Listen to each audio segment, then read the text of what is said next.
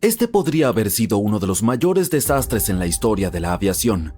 Casi era medianoche en el Aeropuerto Internacional de San Francisco cuando el vuelo 759 de Air Canada se aproximaba para aterrizar. Los pilotos estaban casi listos para terminar el día y pensaban que aterrizarían como de costumbre. Sin embargo, no sabían que el aeropuerto se veía diferente esa noche. La pista 28 derecha estaba abierta, mientras que la pista 28 izquierda, usualmente paralela, estaba cerrada por mantenimiento con las luces apagadas. A pesar de haber aterrizado aquí antes, los pilotos cometieron un error crítico. Esperando ver dos pistas paralelas, confundieron la pista central con la oscurecida 28 izquierda y asumieron que la calle de rodaje a la derecha era la 28 derecha. Lo que la tripulación no notó era que la calle de rodaje no estaba vacía. 4 aviones estaban alineados allí esperando para despegar, con más de 1000 pasajeros en total, y su avión se dirigía directamente hacia ellos. Hubo aviso a los aviadores que enumeraba detalles importantes para los vuelos, incluyendo esta información crítica. Pero estos avisos son largos y densos, a menudo ocupan varias páginas y el detalle del cierre fue pasado por alto por el equipo de Air Canada. Esa noche los pilotos realizaron una aproximación visual, confiando en lo que podían ver para alinearse con la pista. Esto es normal con buen clima, pero es mucho más difícil de noche. La tripulación había volado desde Toronto y estaban cansados después de un largo día. Sus relojes biológicos ya marcaban más de las 3 de la mañana y las normas canadienses sobre el descanso de los pilotos eran menos estrictas que las de los Estados Unidos. El capitán había estado trabajando durante casi 19 horas sin un descanso adecuado. A medida que el avión se acercaba al peligro, nadie en la cabina se dio cuenta de que estaban en la ruta equivocada. Los aviones que se acercaban a San Francisco a menudo lo hacen en un pequeño ángulo para reducir el ruido sobre la bahía. Es normal que parezcan ligeramente desalineados ante los controladores de tráfico aéreo. Pero esto aumentó la confusión y la tripulación de Air Canada continuó dirigiéndose hacia la calle de rodaje. Cuando los pilotos finalmente se dieron cuenta de que algo no estaba bien, se comunicaron por radio con la torre de control para confirmar su permiso de aterrizaje. El controlador que estaba gestionando tanto el tráfico aéreo como las operaciones en tierra debido a la hora tardía, tardó varios segundos en responder. Les dio permiso para aterrizar sin saber que el avión estaba por entrar en la pista equivocada. Mientras tanto, la tripulación de uno de los aviones que estaban en la pista rápidamente avisó por radio a la torre, alertándolos del peligro inminente. La torre instruyó de inmediato a la tripulación de Air Canada que se detuvieran y cambiaran el rumbo. Los pilotos de Air Canada ascendieron justo a tiempo, pasando a tan solo unos metros de los aviones estacionados. Los pilotos, aún conmocionados por el casi accidente, salvaron cientos de vidas. Tras el incidente se llevó a cabo una investigación completa. Ahora hay nuevas medidas de seguridad, pero aún existen preocupaciones sobre si las lecciones aprendidas son suficientes. En los últimos años ha habido un alarmante aumento de estos terribles incidentes cercanos. El vuelo 32 de Qantas, programado de Londres a Sydney vía Singapur, enfrentó una emergencia crítica el 4 de noviembre de 2010. Minutos después de despegar del aeropuerto de Changi en Singapur, un Airbus A380 que sobrevolaba las islas Riau en Indonesia tuvo un problema grave. Uno de sus 4 motores sufrió una falla no contenida. Durante las siguientes 2 horas, la tripulación enfrentó una situación tensa y difícil mientras intentaba averiguar cuán dañado estaba el avión. El accidente ocurrió a las 10:01 de la mañana, hora de Singapur. Cuando el motor se apagó, algunas piezas salieron disparadas hacia el ala, dañando sistemas importantes. El sistema de combustible fue afectado y provocó fugas e incluso un incendio en uno de los tanques de combustible. También inutilizó uno de los sistemas hidráulicos del avión que ayudaban a controlar elementos como los flaps y el tren de aterrizaje. Desactivó los frenos antibloqueo, que son cruciales para aterrizajes seguros. 2 de los otros motores también comenzaron a perder potencia y los flaps, que ayudaban a controlar el descenso y la velocidad del avión, quedaron averiados. A pesar del daño al avión, la tripulación se dio cuenta de que aún era controlable. Decidieron volar en círculos cerca de Singapur durante unos 50 minutos mientras revisaban detenidamente el estado de la aeronave. El primer oficial y el capitán supervisor utilizaron un calculador especial de aterrizaje para ver si podían aterrizar de manera segura en Changi, a pesar de que el avión estaba 50 toneladas por encima de su peso máximo de aterrizaje. Al principio el sistema no pudo proporcionarles una distancia de aterrizaje, pero después de ajustar el hecho de que la pista estaba seca, mostró que podían aterrizar con solo 100 metros de pista de sobra. A las 11:45 de la mañana, el avión aterrizó en el aeropuerto de Changi. Sin embargo, como iba aproximadamente a 65 km por hora más rápido de lo habitual, 4 de sus neumáticos estallaron al tocar tierra. Después de aterrizar, la tripulación se enfrentó a otro problema. No pudieron apagar el motor número 1. Los equipos de emergencia intervinieron y apagaron el motor ellos mismos. La tripulación tuvo que decidir si evacuar el avión inmediatamente, ya que el combustible estaba goteando cerca de los frenos sobrecalentados, lo que podría haber causado un incendio. El capitán David Evans explicó más tarde que, a pesar del riesgo, en realidad era más seguro mantener a todos a bordo hasta que la situación se estabilizara. La tripulación de cabina se mantuvo en máxima alerta, lista para evacuar a los pasajeros de inmediato si la situación empeoraba. Para hacer las cosas aún más difíciles, el avión funcionaba con energía de batería, lo cual significaba que solo podían usar una radio para comunicarse con los servicios de emergencia. Afortunadamente el peligro pasó y todos pudieron salir del avión con calma utilizando un juego de escaleras. Todos a bordo, 440 personas y 29 miembros de la tripulación salieron ilesos. En tierra, en Batham, algunos escombros del motor cayeron sobre casas, una escuela y un automóvil, pero afortunadamente sin graves consecuencias. Habrían bastado unos pocos errores para que esa situación hubiera resultado de manera muy diferente, pero afortunadamente la tripulación la manejó como verdaderos héroes. Los investigadores descubrieron que el problema comenzó porque una pequeña tubería de aceite del motor había salido mal fabricada, lo que condujo al desastre.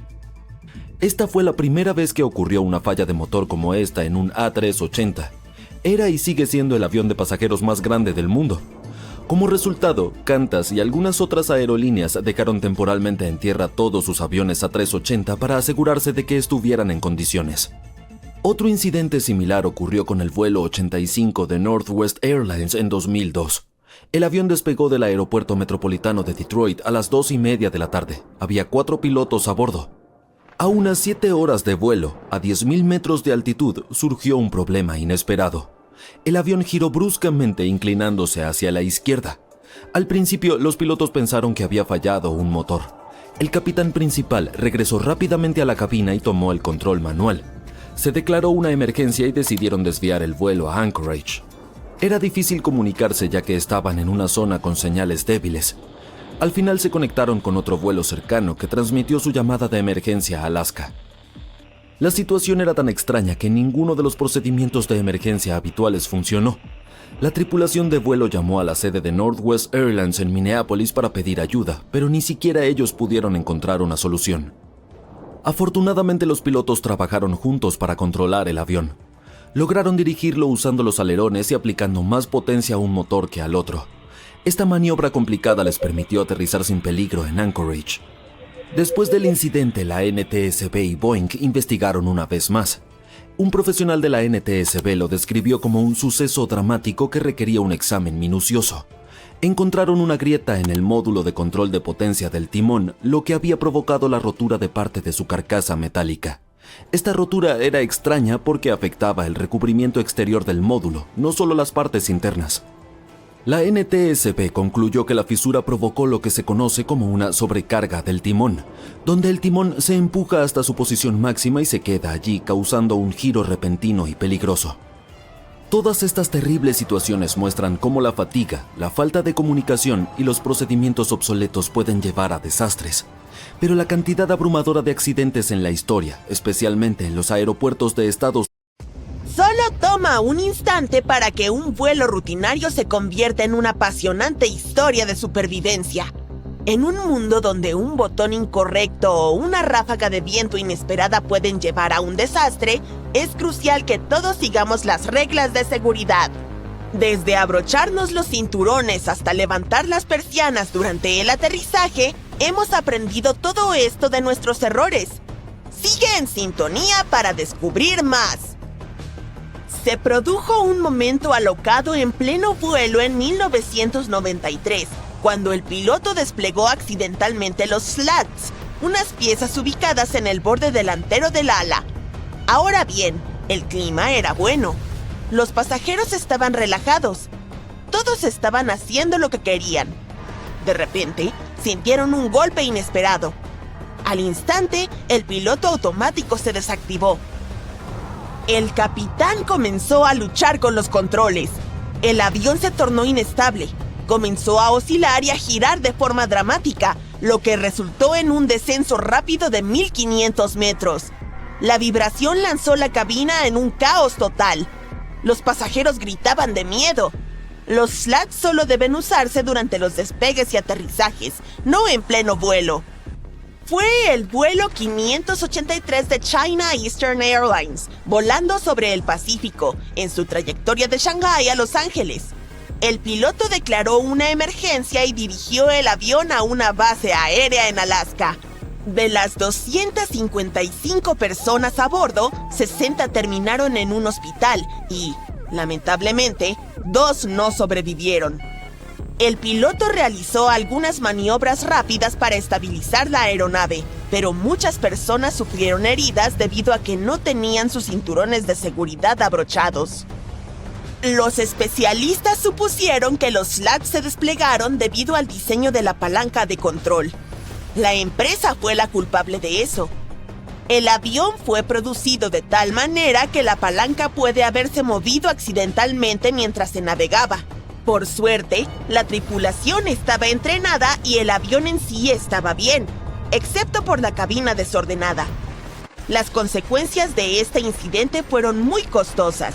Se necesitaron alrededor de $1,5 millones para reparar los daños. Cuando el avión comenzó a perder altitud, los compartimentos superiores estallaron y el video de seguridad se reprodujo 3 veces, lo que le dio a la situación un toque espeluznante.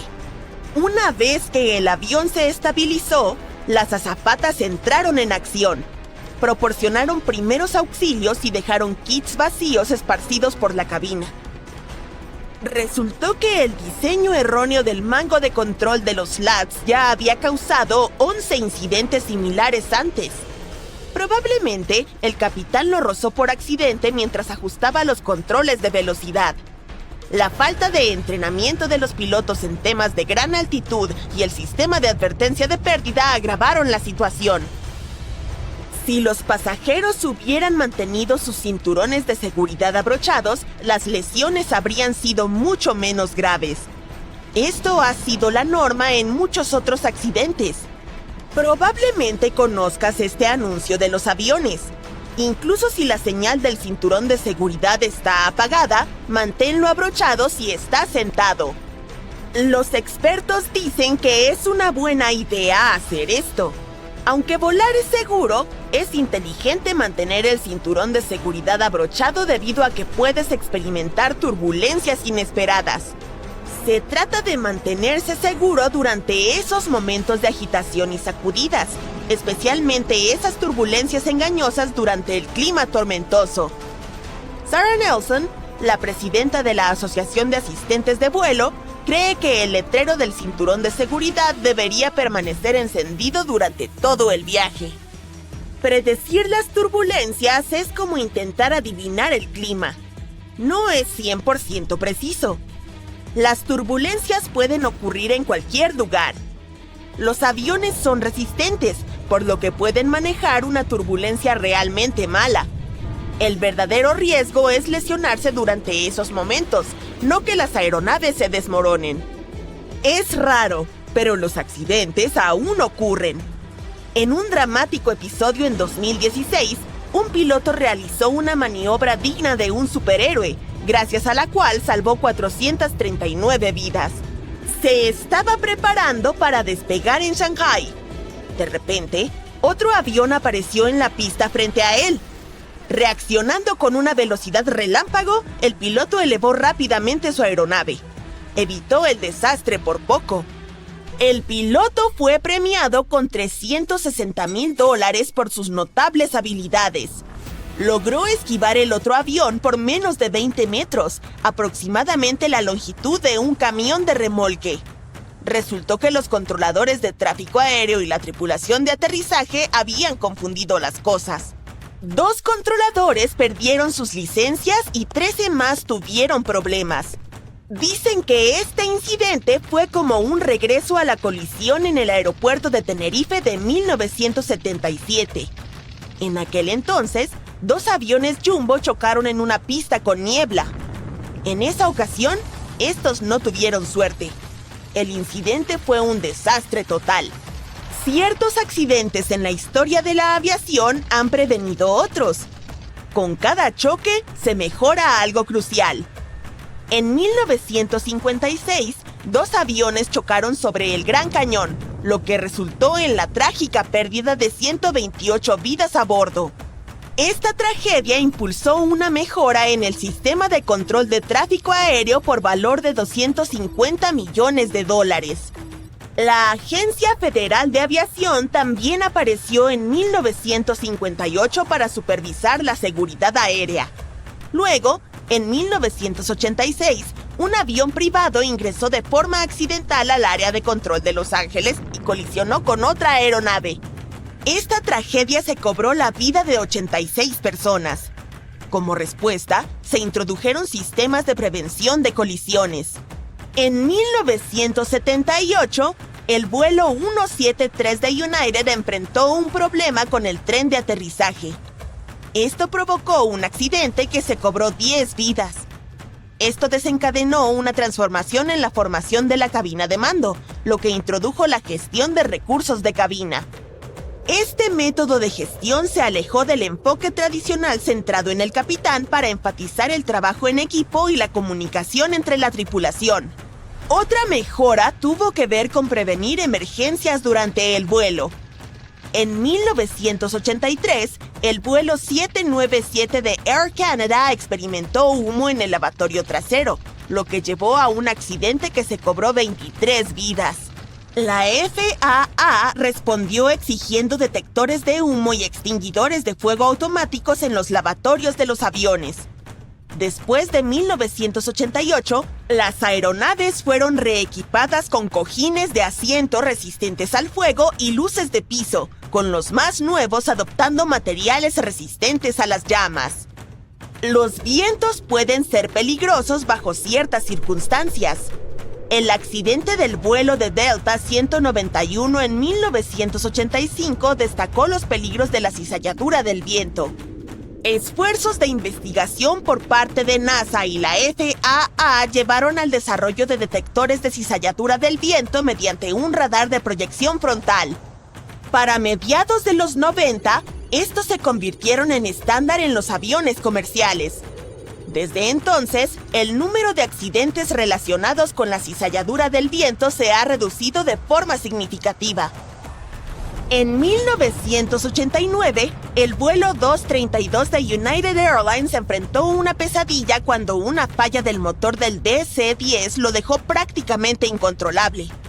El piloto Alfred Haynes aterrizó la aeronave en un aeropuerto cercano, pero el incendio subsiguiente fue aterrador. 185 pasajeros sobrevivieron a la catástrofe. La raíz del incidente fue una grieta en el disco del ventilador, que ocurrió durante la fabricación de la aleación de titanio. Este incidente impulsó a la FAA a modificar el sistema hidráulico, a implementar sistemas de seguridad redundantes en futuros aviones y a revolucionar los protocolos de inspección de motores. En 1988, un gran fragmento del fuselaje de un vuelo de Aloha se desprendió. El avión se partió en 3 grandes piezas y se estrelló contra la ladera. Al hacerlo, esparció trozos por toda la nieve. Las alas se desprendieron y el cuerpo principal de la aeronave se dividió en 2 partes. Las llamas crepitaban en lo que quedaba del avión. 7 de los 9 miembros de la tripulación sobrevivieron al accidente. Todos eran parte de la misión de 1946 de Estados Unidos para cartografiar el continente antártico. Había 13 barcos, 23 aviones y 4.700 personas para realizar el trabajo. Solo tenían 2 meses de verano allí antes de que el clima empeorara. El USS Pine Island llevó 3 hidroaviones en su misión. Uno de ellos, llamado George I, tenía una tripulación de 9 personas.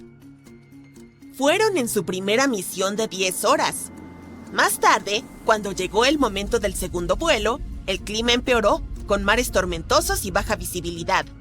Pero decidieron arriesgarse y volar de todos modos. Se suponía que sería una aventura épica, e incluso el capitán de Pine Island se unió a la expedición. El piloto, Ralph Frenchy LeBlanc, era muy experimentado y no estaba preocupado por el clima. El avión estaba amarrado a unos pequeños botes, pero las olas eran tan fuertes que las cuerdas que lo sujetaban comenzaron a dañar el cuerpo metálico de la aeronave.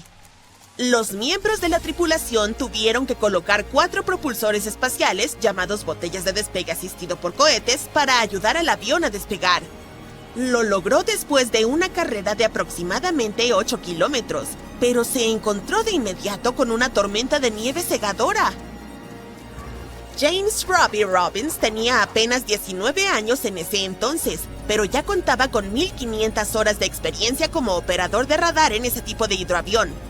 Una vez voló con éxito durante 9 horas a través de una espesa niebla y nubes en Groenlandia, así que confiaba en sus habilidades. El radar mostraba una cordillera a 32 kilómetros. Los icebergs se esparcían. Todo era correcto. Tenían que volar bajo para tomar fotos para el mapeo, y era imposible con mal tiempo. Así que el piloto decidió girar el avión para regresar al barco. De repente, este chocó contra algo. En ese momento, no sabían qué era, pero luego se dieron cuenta de que era una cresta cubierta de nieve que estaba oculta y no se veía en el radar. El fuerte estruendo asustó a todos a bordo. El piloto y el copiloto rápidamente empujaron los controles del avión para intentar elevarlo de nuevo al cielo. Pero solo unos segundos después, el tanque de combustible en la parte delantera explotó. El impacto con una cresta probablemente agrietó uno de los tanques de combustible, por lo que el gas comenzó a filtrarse. Los vapores del gas podrían haber estallado en llamas por una chispa eléctrica o los motores calientes del avión. La explosión fue tan fuerte que dividió la aeronave en 3 partes. El piloto estaba herido y atrapado de cabeza en la parte delantera en llamas de la aeronave. Algunos de los otros hombres también estaban gravemente heridos. Muchos se arrastraron fuera de los escombros y otros habían sido expulsados al caer en la nieve durante el accidente. La mayoría de ellos ni siquiera podía recordar la explosión o el impacto. El equipo logró sacar al piloto atrapado entre los restos y lo colocó en un saco de dormir en la parte trasera del avión. También intentaron ayudar a Frederick Williams, quien estaba gravemente herido. Lo colocaron sobre un pedazo de escombro para mantenerlo inmóvil y lo envolvieron en mantas para mantenerlo caliente. Desafortunadamente, aunque hicieron lo mejor por cuidarlo, Williams falleció unas horas después. Lamentablemente, el navegador, alférez Max López, y el operador de radio, Wendell Henderson, tampoco sobrevivieron al accidente. Los 3 tripulantes contaban con solo una manta, así que se turnaban para permanecer en el medio, donde hacía más calor. Durante los primeros 3 días, el clima fue realmente malo.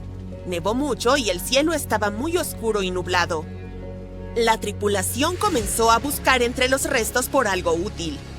Cerca de lo que solía ser la parte trasera del avión, encontraron 3 cajas grandes de pemmican. Es un tipo de comida de emergencia que tiene todo lo necesario para mantenerse saludable, pero no es la más deliciosa del mundo. Cada caja tenía alrededor de 100 vasos de papel llenos de esta comida especial. También encontraron mejor comida en las raciones de vuelo. Había bistecs, papas, verduras enlatadas, pan, mantequilla, sal, pimienta, azúcar, leche enlatada, algunas galletas e incluso 2 latas grandes de mantequilla de maní. Tenían suficiente comida para durar un tiempo y pensaron que el pemmican los ayudaría a pasar el largo y oscuro invierno si fuera necesario. Todos los alimentos frescos estaban escondidos en la nieve donde solía estar la cocina, así que tuvieron que desenterrarlos. Obtuvieron la mayor parte del azúcar lamiéndola de la nieve y separándola por su sabor. La tripulación también encontró una pequeña estufa de 2 quemadores en los suministros de emergencia, pero no tenían combustible. Afortunadamente, el avión aún tenía algo de combustible en los tanques, así que aprovecharon una de las líneas y tuvieron suficiente para durar mucho tiempo. Mantuvieron los quemadores encendidos constantemente para derretir nieve y llenar los 2 o 3 recipientes de agua que contenían alrededor de 15 o 18 litros cada uno. Parecía que se necesitaban 15 o 20 ollas de nieve para llenar solo una taza de agua. Después de 3 días, el clima mejoró. El cielo estaba despejado y el sol brillaba intensamente. Desde donde estaban, podían ver el océano colina abajo. Mientras exploraban los restos, encontraron más sacos de dormir, una cámara con película y otros suministros como un trineo y una balsa salvavidas para 9 personas. Pasaron los días y el sol nunca se ocultaba. Las enormes y hambrientas gaviotas que rondaban justo al lado del naufragio estaban poniendo de los nervios a todos. Para distraerse un poco, la tripulación jugaba a un viejo juego de la marina llamado Salvo. Es como un juego de batalla naval para 2 jugadores donde tu misión es encontrar y derrotar todos los barcos de tu rival. También tomaron algunas fotos de todos y del naufragio desde diferentes ángulos con una cámara Brownie Box que llevaban en el avión.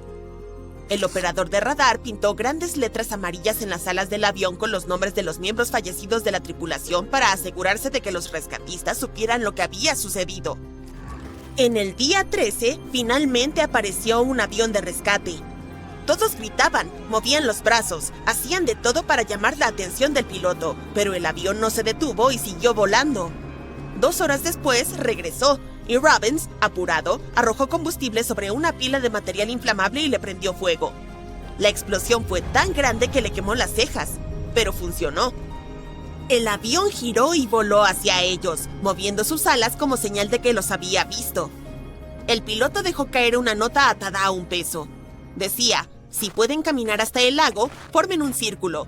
Si no, hagan una línea recta.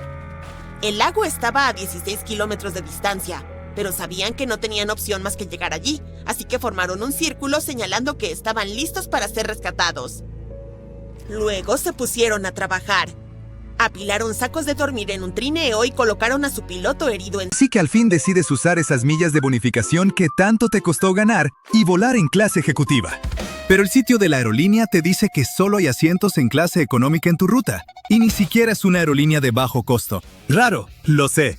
Pero la sorprendente verdad es que las aerolíneas ahorran millones al cambiar aviones a las rutas correctas. Así que ese avión con clase ejecutiva que soñabas está volando en otra ruta. Cuando revisas el horario de vuelos y ves que ese vuelo directo mágico aparece o desaparece, eso tampoco es casualidad. Hay una calculadora de tiempos de vuelo funcionando en segundo plano, procesando cada detalle, como la distancia a la ciudad, cómo es la pista, cuánto pesa el avión con pasajeros y carga. Y no olvides el clima. ¿Vientos fuertes en contra? Mejor cambiar a un avión con mayor eficiencia de combustible o mayor alcance. Bueno, todo eso tiene sentido. Pero entonces, a menudo no hay vuelos entre 2 ciudades grandes que lógicamente deberían estar conectadas. Usualmente es porque reabastecer costaría más que la venta de boletos. A veces, un vuelo directo desaparece mágicamente y se convierte en uno con escala. La razón podría ser que el avión viejo no podía con la distancia, y el más nuevo no era lo suficientemente rentable. Las aerolíneas no improvisan, todo está bien calculado. Factor de ocupación, demanda de pasajeros, longitud de pista, eficiencia de combustible y tendencias económicas actuales. Los factores más pequeños, como el costo de esa barra de chocolate carísima que compras a bordo, son parte del cruel cálculo del algoritmo. Aunque miles de personas quisieran subirse a un avión, los números podrían no cuadrar. Por eso tu viaje soñado podría incluir una escala que no planeaste. Así que las escalas no son necesariamente cosa de vuelos largos, y a veces tiene más sentido para las aerolíneas volar casi 19 horas sin parar. Actualmente, el vuelo más largo del mundo es entre Singapur y Nueva York JFK. Vuela un Airbus A350 de ultralargo alcance especialmente configurado, solo con asientos de clase ejecutiva y económica premium. China Eastern planea romper ese récord con un nuevo vuelo entre Shanghái y Buenos Aires. Por los vientos en contra, tomará hasta 29 horas. Definitivamente necesitarán usar herramientas como calculadoras de millas y planificadores de vuelo para determinar si esto tendrá sentido económico. Hasta ahora, no esperan una gran demanda. Si me preguntas, yo definitivamente no querría pasar más de un día en el aire. Así que tenemos muchos factores que influyen en qué avión va a dónde. Y a veces las decisiones se vuelven personales. Bueno, personales para la aerolínea, no para humanos. Las rutas premium no están llenas de turistas. Están llenas de pasajeros de clase ejecutiva, dispuestos a pagar precios exorbitantes para poder acostarse en sus camas y tener una comida elegante. En cuanto al costo operativo por asiento, esos asientos premium son donde se esconde la verdadera ganancia. Toma rutas de negocios concurridas, como Los Ángeles a Nueva York. La cabina económica llena el avión, pero las aerolíneas realmente viven de ese boleto ejecutivo de élite. A veces un solo asiento cuesta lo mismo que un carro usado. Entonces, la elección del avión no es solo meter suficiente gente, es colocar estratégicamente los asientos correctos en el avión correcto. Por eso existe tu asiento de upgrade de lujo. Y no es generosidad al azar, es un centro de ganancias cuidadosamente calculado. Ahora, todo esto suena lógico, pero algunas decisiones de planeación podrían seguir pareciendo raras. ¿Por qué una aerolínea enviaría un 737 a un pueblo de solo 80,000 personas? Podría ser porque quieren que tú, su pasajero favorito, tengas una experiencia consistente y vueles cómodo, aunque el pueblo no justifique el costo de un jet más grande. Pero también está el otro extremo. Por ejemplo, si vas al norte lejano de Canadá, podrías volar en un antiguo 737-200, el único jet lo suficientemente resistente para aterrizar en grava sin desarmarse. Claro, es viejo, cruje y huele ligeramente a nostalgia, pero funciona. Para vuelos regionales cortos, el sistema se vuelve ridículamente preciso, casi gracioso de hecho. Solo un puñado de pasajeros extra puede cambiarlo todo. En vez de un pequeño turbohélice, de repente un jet CRJ hace el trabajo. Y ese pequeño cambio no solo afecta un vuelo, altera todo el horario, cuánto combustible se usa e incluso qué tripulación se asigna. La ecología también juega un papel enorme en esas decisiones sobre aviones. Por supuesto, las aerolíneas ya no pueden operar felizmente enormes 747s por todas partes, como cuando no tenían que preocuparse por los costos de combustible. Ahora, la eficiencia manda, porque cada gota de combustible quemada suma, tanto para el planeta como para las ganancias de la aerolínea. ¿La buena noticia? Verás esos jets modernos y elegantes, como el Boeing 787 Dreamliner o el Airbus A350, reemplazando a las viejas bestias de 4 motores que tragaban combustible. Por ejemplo, el grupo Lufthansa dice que sus nuevos aviones usan alrededor de 2 litros de combustible por pasajero cada 100 kilómetros en el aire, que es cerca del 30% menos de lo que consumían muchos de sus aviones más viejos. Cada kilo de queroseno, cada pequeña resistencia por peso extra o motores ineficientes, y cada asiento no vendido equivale a dinero tirado. Para evitarlo, las aerolíneas deben ser flexibles y mantener su flota actualizada. Ahora, para lograr eso, aerolíneas hub como Delta o Lufthansa mantienen un zoológico de diferentes aviones listos para intercambios. Necesitan flexibilidad para que un problema de mantenimiento repentino o una oleada de pasajeros no arruine su red. Las aerolíneas de bajo costo como Ryanair hacen lo opuesto. Operan un montón de clones de 737s. Estos aviones son simples, eficientes y predecibles, así que no hay necesidad de intercambios sofisticados ni de complicarse. Es algo reconfortante en un mundo aéreo caótico. Y cuando reservas un boleto con ellos, no te sorprenderá volar en un avión completamente diferente al que esperabas. Ahora, los aeropuertos también tienen voz en todo esto. Algunas pistas son muy cortas, los vientos se vuelven muy fuertes, o la tecnología es muy limitada en ciertos lugares. Aunque quieras volar a algún lugar, tu avión podría quedarse en tierra porque el aeropuerto no está listo. Toma el aeropuerto Juancho E. Irauskin en la pequeña isla caribeña de Saba. Su pista mide solo unos 400 metros. Eso es más corto que algunas calles de ciudad. Olvídate de llegar en un Boeing grande. Solo aviones pequeños y superágiles de hélice pueden lograrlo. Luego está el altipuerto de Courchevel, en los Alpes franceses, que parece más una pista de esquí que una de aterrizaje. Mide apenas unos 520 metros y está inclinada al 18%. Básicamente, los pilotos aterrizan cuesta abajo. Aquí tampoco hay jets grandes, solo aviones pequeños, lo suficientemente valientes para tocar tierra sin caer en un montón de nieve. Pero bueno, es un resort de lujo, así que esos aviones pequeños parecen perfectos. Y si crees que la pista de Courchevel es mala, intenta aterrizar en el Aeropuerto Internacional Toncontín, en Honduras. Está rodeado de montañas, los vientos azotan el valle, y hasta hace poco, su pista era bastante corta. ¿Te imaginas por qué las aerolíneas lo piensan 2 veces antes de enviar jets grandes ahí? Y también pueden considerar la rentabilidad de la ruta. Aunque miles de personas quieran volar, el avión equivocado puede convertir una ruta de oro en pérdida. Las aerolíneas calculan costos operativos por asiento, pronostican ocupación de pasajeros y corren simulaciones que harían sudar a una supercomputadora. Y sí, esto también afecta al precio de tu boleto. ¿Esa escapada barata de fin de semana que acabas de reservar y presumiste a todos? Bueno, podría ser costosa de operar para la aerolínea. Por eso el vuelo viene lleno de cargos, ventas adicionales y escalas estratégicas. Así que, como puedes ver, las aerolíneas han perfeccionado el arte de empatar los números de distancia de vuelo con la demanda de pasajeros, capacidades de la aeronave y rentabilidad. Crean un mundo donde tus vacaciones, viaje de negocios o escala accidental no son al azar. Es el resultado de millones de cálculos y miles de planes de contingencia. Las aerolíneas ahorran millones al cambiar aviones, no porque sean malas, sino porque son brillantes calculando y muy meticulosas con los números. Vas en un avión cuando, de pronto, ¡boom! Una fuerte explosión.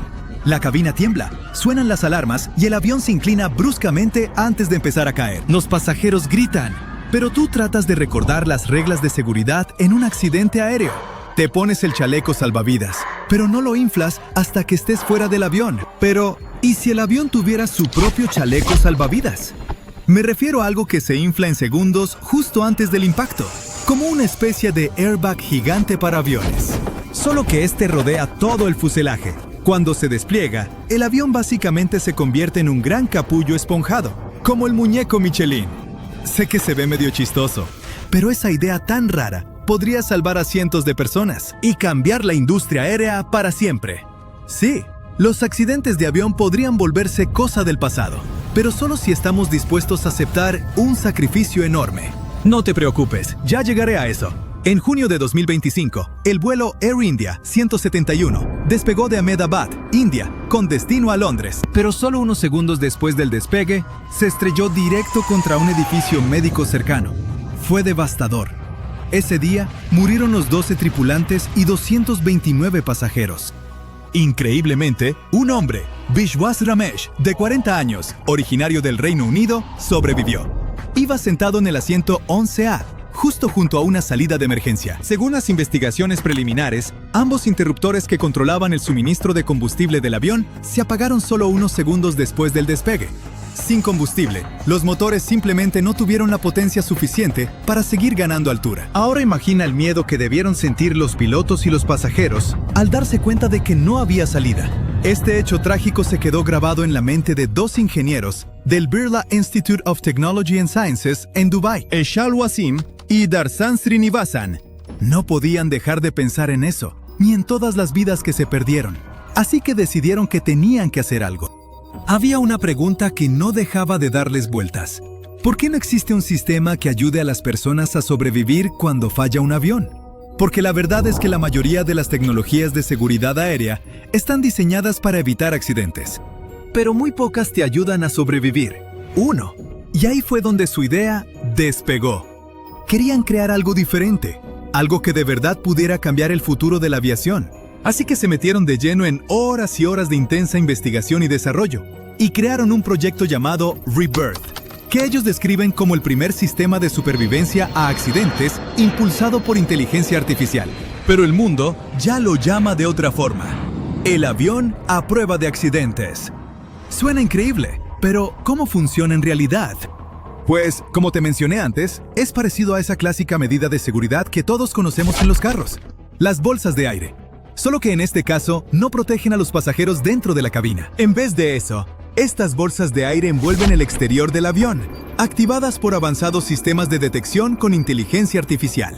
Pero en realidad, el proyecto va mucho más allá de un simple diseño de avión inflable. En total, su sistema usa 5 tecnologías inteligentes para ayudar cuando un accidente es inevitable. Estas funciones pueden predecir accidentes, desacelerar el avión, proteger a los pasajeros e incluso guiar a los rescatistas hasta el lugar. Es momento de hablar de seguridad aérea.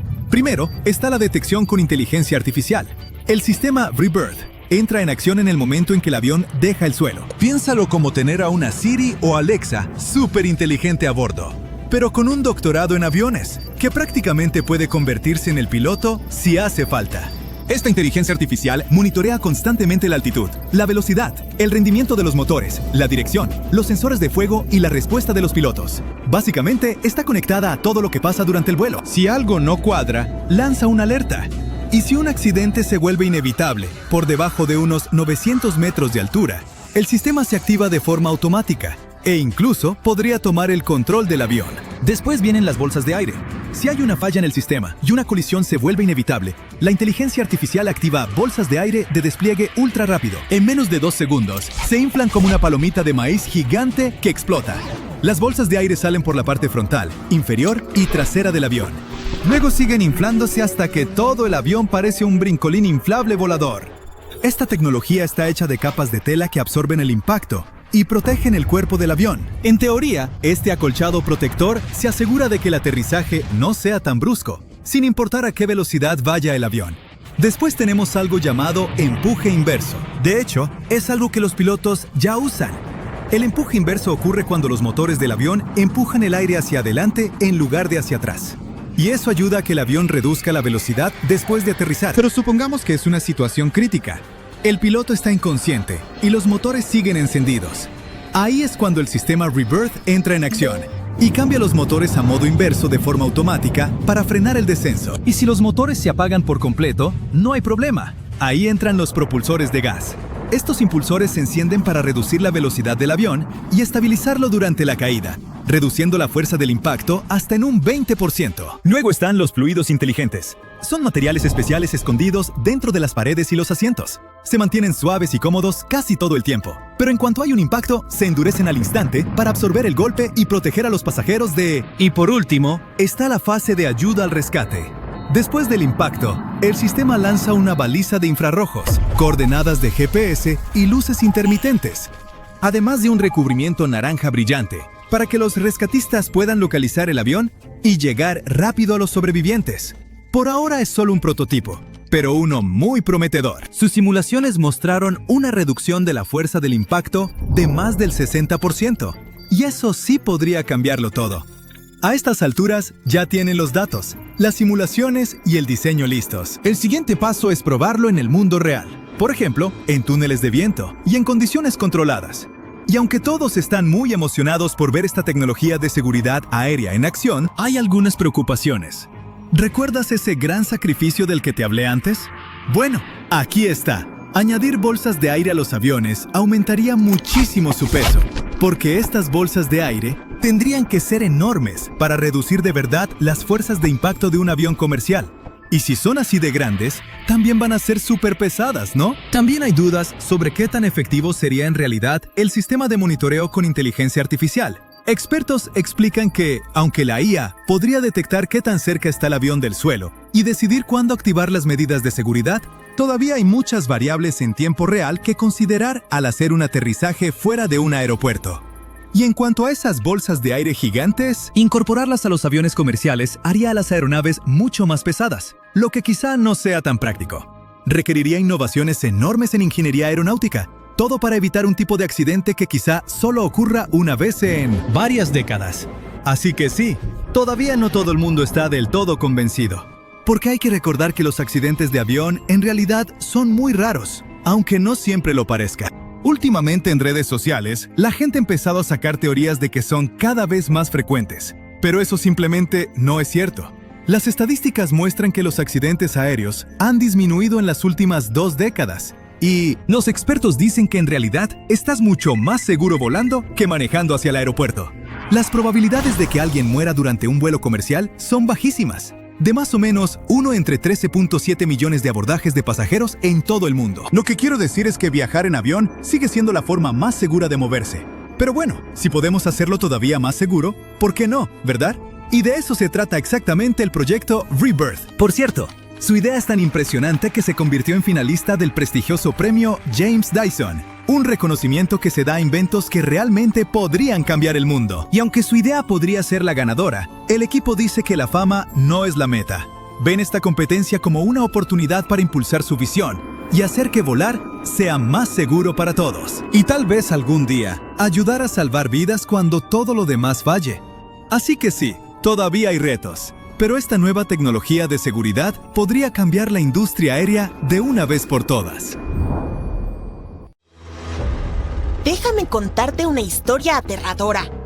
Estás en un vuelo a más de 10 kilómetros en el aire, bebiendo café, escuchando música con tus auriculares, cuando de repente, un trozo de metal del tamaño de una pelota de béisbol atraviesa la aeronave como una bala desde el espacio. Sin advertencia, sin escape. Solo una silenciosa caída del cielo a 27.300 kilómetros por hora. ¿Suena como una película de desastres? Quizá, pero también es un escenario muy real, y esto debería ser una llamada de atención. En este momento, la Tierra está rodeada por miles de piezas de basura espacial como satélites inoperantes, partes de cohetes o fragmentos orbitales. La mayoría se desintegra, pero algunos trozos no. Y los expertos en aviación advierten: solo es cuestión de tiempo antes de que uno de ellos haga un agujero en un avión lleno de pasajeros. ¿Crees que el cielo está vacío una vez que estás por encima de las nubes? ¡Claro que no! De hecho, está más ocupado que nunca, tanto desde arriba como desde abajo. Cada día, alrededor de 100.000 vuelos cruzan el globo. Al mismo tiempo, miles de satélites, etapas de cohetes antiguos y fragmentos de desechos se desplazan a gran velocidad por el espacio solo a unos cientos de kilómetros sobre tu cabeza. Básicamente hemos convertido la órbita terrestre baja en un depósito de chatarra, y los aviones comerciales vuelan justo por debajo de ella. Es como conducir por la autopista mientras alguien arroja trozos de metal desde un puente arriba. Podrían no alcanzarte, hasta que lo hacen. Entonces, ¿qué exactamente es toda esta basura voladora? Se llama basura espacial. Básicamente, es todo lo que una vez enviamos a órbita y que ahora solo flota inútilmente por allá arriba, derivando, esperando perder suficiente velocidad para regresar a la Tierra. Piensa en satélites no funcionales, propulsores de cohetes gastados, fragmentos de metal de misiones pasadas y, de vez en cuando, una llave o tornillo perdido durante una caminata espacial. Actualmente, los investigadores dicen que hay más de 2.300 cuerpos de cohetes todavía orbitando nuestro planeta. Y eso es solo lo más grande. En total, estamos rastreando decenas de miles de objetos más grandes de 10 centímetros. Y posiblemente millones de diminutas piezas demasiado pequeñas para ver, pero lo suficientemente grandes como para causar serios daños. Aquí viene la parte aterradora. Esta basura orbita la Tierra a la velocidad de 27.300 kilómetros por hora. Eso es lo suficientemente rápido como para convertir incluso un fragmento de pintura en un proyectil volador. Un pedazo del tamaño de una moneda podría perforar una nave espacial o un avión como si fuera papel. La mayoría de la basura se quema en un ardiente adiós. Pero a veces, un trozo obstinado sobrevive a la caída. Hasta ahora, ningún avión comercial ha sido alcanzado por escombros espaciales en caída. ¡Qué suerte la nuestra! ¡Oh, qué suerte la tuya! Yo no vuelo tan a menudo. Pero la suerte no dura para siempre. Ya ha habido bastantes sustos. Grandes trozos de basura han sobrevivido la reentrada y se han estrellado en la Tierra, a veces cerca de viviendas, granjas o incluso carreteras. En un caso, un tanque de combustible metálico presurizado de un cohete aterrizó en Texas. En otro, un largo panel metálico cayó en un campo remoto en Australia. En 2022, la situación se volvió sumamente seria durante unas horas. España y Francia cerraron de manera temporal partes de su espacio aéreo debido a la reentrada descontrolada de un cohete chino. Más de 600 vuelos se retrasaron porque nadie podía asegurar dónde podría caer ese pedazo de metal. Fue la primera vez en la historia que el tráfico aéreo se interrumpió por escombros espaciales. Y si las tendencias actuales continúan, probablemente no será la última. Ahora, imagina eso sobre los Estados Unidos en un fin de semana festivo. Aeropuertos abarrotados, miles de vuelos y de repente, lo sentimos, podría haber unos tornillos resistentes al calor cayendo del espacio. Reanudaremos los vuelos pronto. El problema es que las reentradas no siempre se pueden predecir con precisión milimétrica. Las agencias a menudo reciben solo unas pocas horas de aviso y la zona de impacto podría extenderse por cientos de kilómetros. Así que, los funcionarios de aviación enfrentan una decisión difícil: cerrar enormes porciones del espacio aéreo o arriesgarse con miles de pasajeros en el cielo. Según investigaciones recientes, algunos de los espacios aéreos más concurridos del mundo ya enfrentan un 26% de probabilidad anual de ser afectados por una reentrada descontrolada. Eso es más de 1 de cada 4. Y no es porque alguien esté siendo imprudente, sino simplemente porque las cifras están aumentando de manera exponencial. En la última década, el número de objetos en la órbita terrestre baja se ha duplicado. Y aquí está el verdadero peligro. Cuanto más concurrido se vuelve el espacio, mayor será la probabilidad de que los escombros choquen con más escombros, lo que creará, aún más escombros. Se llama síndrome de Kessler, una especie de efecto dominó orbital donde una colisión desencadena otra y otra hasta que órbitas completas se vuelven inutilizables. Y con empresas como SpaceX y agencias espaciales nacionales lanzando cada vez más cosas al espacio, podríamos estar preparando el escenario para exactamente eso. Mientras tanto, de vuelta en la Tierra, volamos más que nunca. El tráfico aéreo comercial se ha más que duplicado desde el año 2000. Eso significa más personas en el aire, más aviones en rutas de vuelo y más oportunidades para un trágico cruce entre algo que cae y algo que vuela. Y cuando llegue ese momento, puede que no haya advertencia alguna. Y si alguna vez llega ese momento, probablemente ni siquiera lo veríamos. Quiero decir, antes de que lleguen las noticias. Incluso con todos nuestros sofisticados satélites, detectar un pequeño objeto metálico que cae de la órbita es casi imposible. Sin embargo, la mayoría de los desechos no llegan al suelo. A medida que estos objetos caen a través de la atmósfera terrestre, el intenso calor de la reentrada generalmente hace que se desintegren por completo. Esto es cierto para piezas más pequeñas o ligeras, como fragmentos de aluminio o aislamiento. Además, incluso cuando algunos objetos sobreviven a la reentrada, una colisión en el aire con un avión es sumamente rara. Los aviones vuelan a altitudes de 10 kilómetros, mientras que la basura espacial cae desde cientos de metros de altura, pasando a toda velocidad por esa altitud en segundos. Las probabilidades de que un avión esté en el lugar exacto en el momento justo son increíblemente bajas. Es como lanzar un dardo desde el espacio e intentar acertar a un mosquito que vuela a través de un campo de fútbol. Todo esto con los ojos vendados. La sincronización, la alineación, las probabilidades, prácticamente cero. Pero, ¿y si hubiera más dardos y más mosquitos? Por eso los expertos aún están preocupados. La cantidad de basura espacial está creciendo rápidamente. Más objetos cayendo significa más posibilidades de que algo salga mal. Y aunque las probabilidades de un impacto directo son bajas, el riesgo de una interrupción en el espacio aéreo es muy real. Entonces, ¿no podemos simplemente limpiar todo? Uno pensaría que, con todos nuestros satélites de alta tecnología, estaciones espaciales y cohetes reutilizables, alguien ya habría inventado un aspirador cósmico. Pero limpiar el espacio es mucho más complicado de lo que parece. Para empezar, la basura se mueve rápido. Atrapar estas cosas es como intentar capturar balas mientras estás atado a un cohete. También está el problema del tamaño. Algunas piezas son demasiado pequeñas para ser detectadas y otras son muy grandes para ignorarlas. Además, nadie puede ponerse de acuerdo sobre de quién es la responsabilidad de recoger el desorden. Si un país lanza... Una usuaria de TikTok volaba a casa desde la ciudad de Nueva York a Toronto, Canadá, tarde por la noche cuando notó algo extraño que se convirtió en un video viral. Miró la pantalla de su vecino que mostraba en la esquina 27 grados Celsius, que es aproximadamente 80 grados Fahrenheit. Luego vio que la persona frente a ellos tenía 26 grados Celsius, más cerca de 79 grados Fahrenheit en su protector de pantalla. Como el resto del protector de pantalla era un paisaje tropical, dedujo que debía ser la temperatura de destino en Celsius.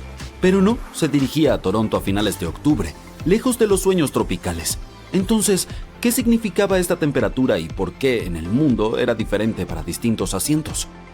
Le llevó un tiempo darse cuenta de que los números y letras en realidad representaban las ubicaciones de los asientos de los pasajeros.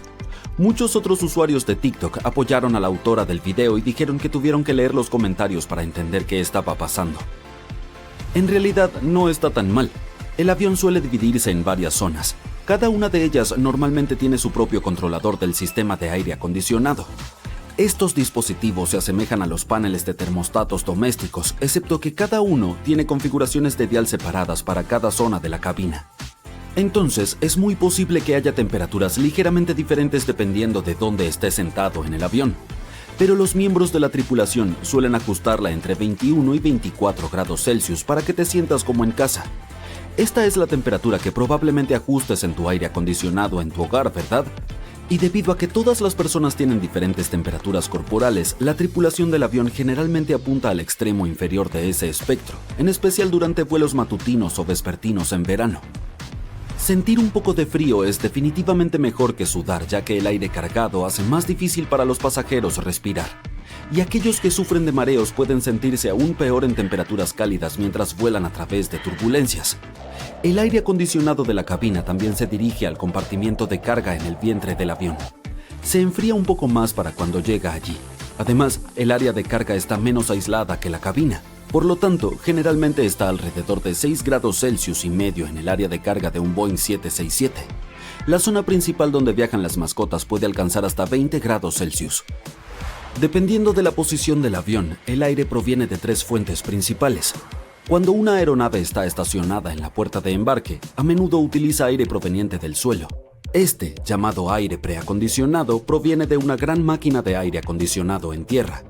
Es posible que notes un gran tubo amarillo conectado al avión. Así es como el aire del suelo entra al interior. A veces se puede utilizar en su lugar un carro de aire con motas a gas. El aire de tierra generalmente funciona con electricidad, que es más barata, limpia y silenciosa que encender los motores del avión. Sin embargo, no siempre mantiene la cabina lo suficientemente fresca, en especial en días calurosos y si el tubo se dobla. Ciudades como Las Vegas y Phoenix, que tienen climas muy calurosos, cuentan con algunos de los mejores sistemas de aire de tierra en los Estados Unidos para manejar el calor. La segunda fuente de aire a bordo es la APU, o Unidad de Potencia Auxiliar. Es como un mini motor en la cola del avión. Es la segunda opción para enfriar o calentar la cabina, especialmente si el aire de tierra no está disponible. La APU puede funcionar incluso en los días más calurosos. Durante paradas rápidas puede permanecer encendida todo el tiempo para mantener el aire interior cómodo. Si el avión se está preparando para salir de la puerta, la APU se enciende justo antes de que se desconecte el aire de tierra. Los motores principales del avión también pueden proporcionar aire para la cabina. Esto sucede cuando estos están en funcionamiento, generalmente después del retroceso o durante el vuelo. Los motores pueden mantener la cabina fresca o cálida mientras también manejan la presurización del avión. Si la cabina se siente demasiado caliente o fría, los pilotos pueden solucionarlo si encienden los motores temprano. Si no, pueden usar otras fuentes de aire. Esto podría no funcionar siempre, especialmente cuando las temperaturas están subiendo y los aviones se calientan extra solo estando en la pista. Una azafata compartió la historia de cómo se sintió acalorada, mareada, confundida y luego se desmayó a bordo. Otro vuelo en Florida se retrasó 1 hora porque estaban a 34 grados Celsius dentro de la cabina. El agente de la puerta les dijo a los pasajeros que tenían que esperar a que bajara al menos a 29 grados Celsius para abordar el avión de manera segura. Aún ni siquiera había salido el sol en ese momento. Lamentablemente, las unidades de aire acondicionado externas y los sistemas de enfriamiento con energía auxiliar no siempre funcionan correctamente debido a los problemas de mantenimiento. Puedes aumentar tus posibilidades de sentirte cómodo durante el vuelo si buscas el número de vuelo y el tipo de avión que se utilizará. Los más nuevos tendrán tecnología a bordo más avanzada. Algunos incluso tendrán regulación de temperatura por fila, así que solo tendrás que pelear con un par de vecinos para conseguir la temperatura que prefieres. Pero también está el problema del control de costos.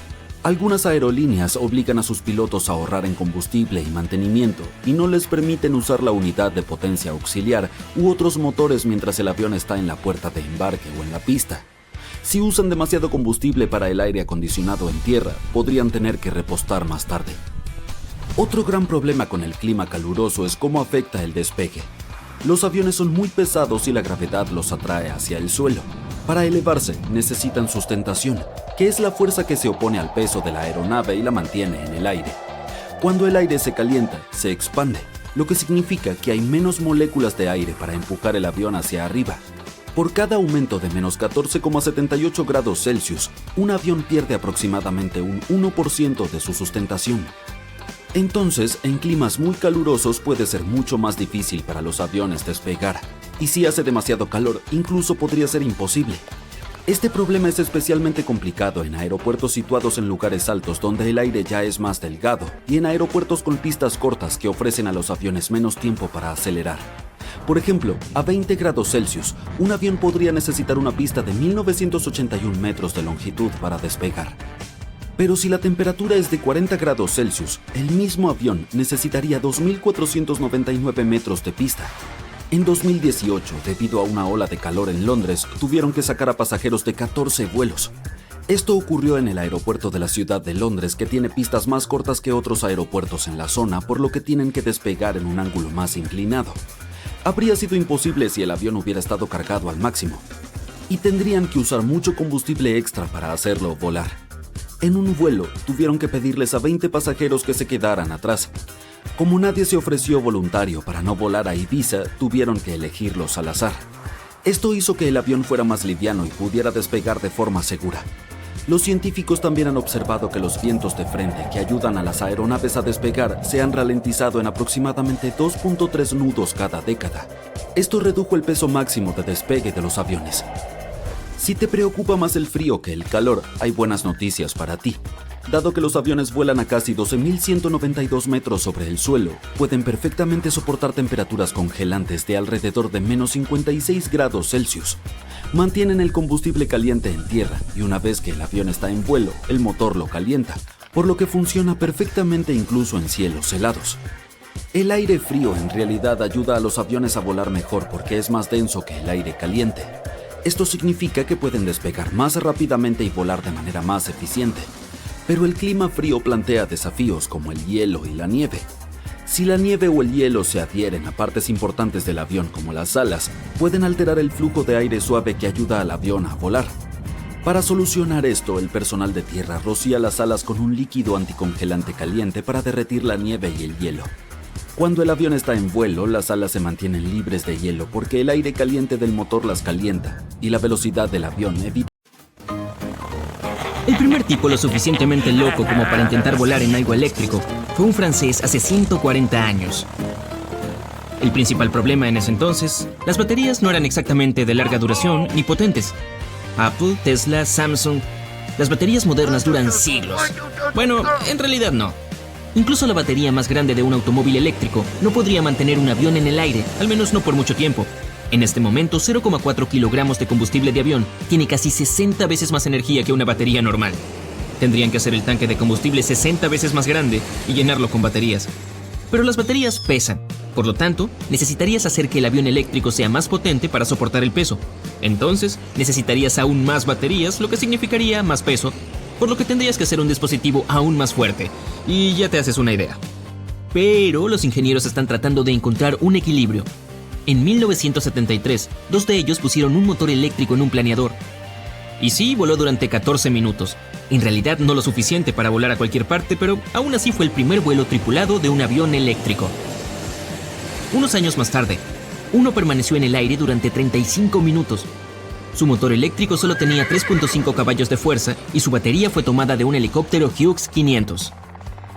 El techo del avión tenía paneles solares. Pero, ¿cuánta carga obtendrías en 35 minutos? Las cosas son mucho más fáciles cuando se habla de aviones sin piloto. En su mayoría son mucho más ligeros, sin humanos, sin silla, sin puertas ni ventanas adicionales.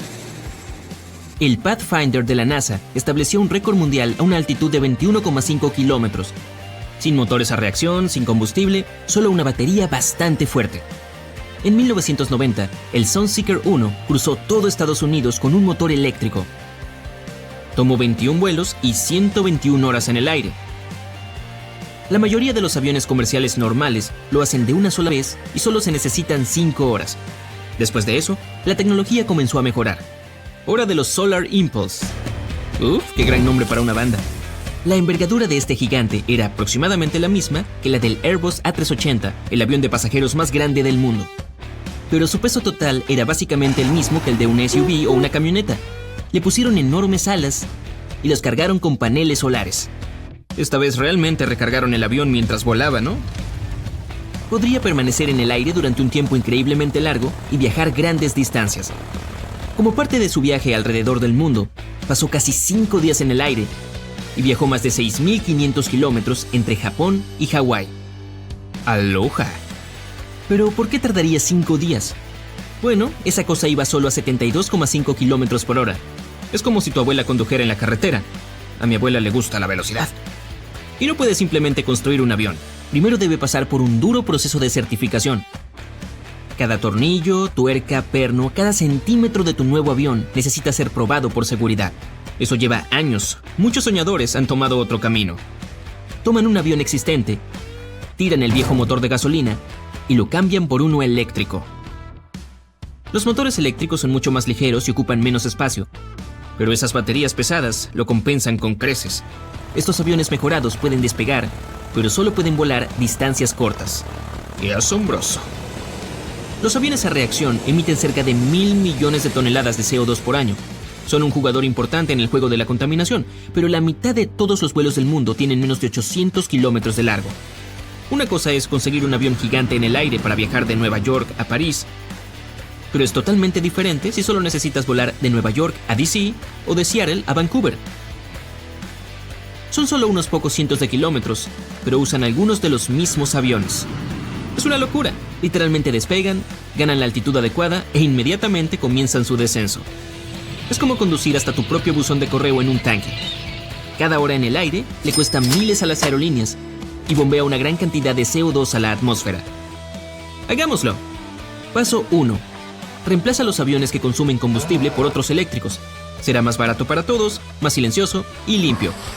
Hecho. Solo un problema. Los aviones eléctricos solo pueden llevar 1 o 2 pasajeros a la vez.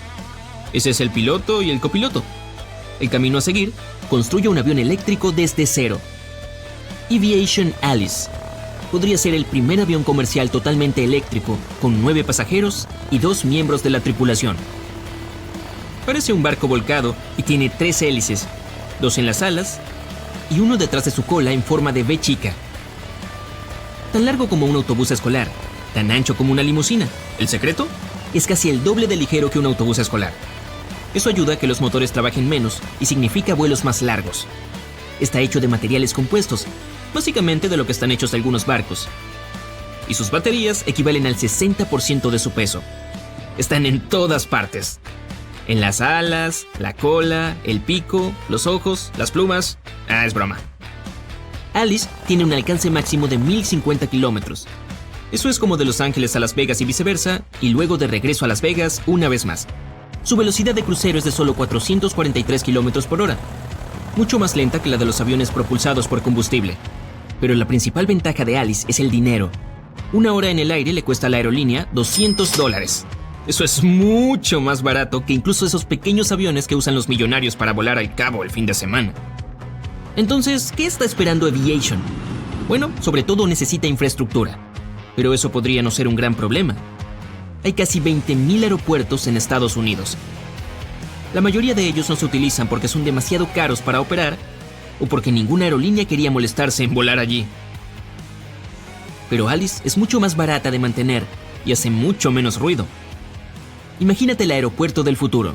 Pequeño, elegante, silencioso y limpio.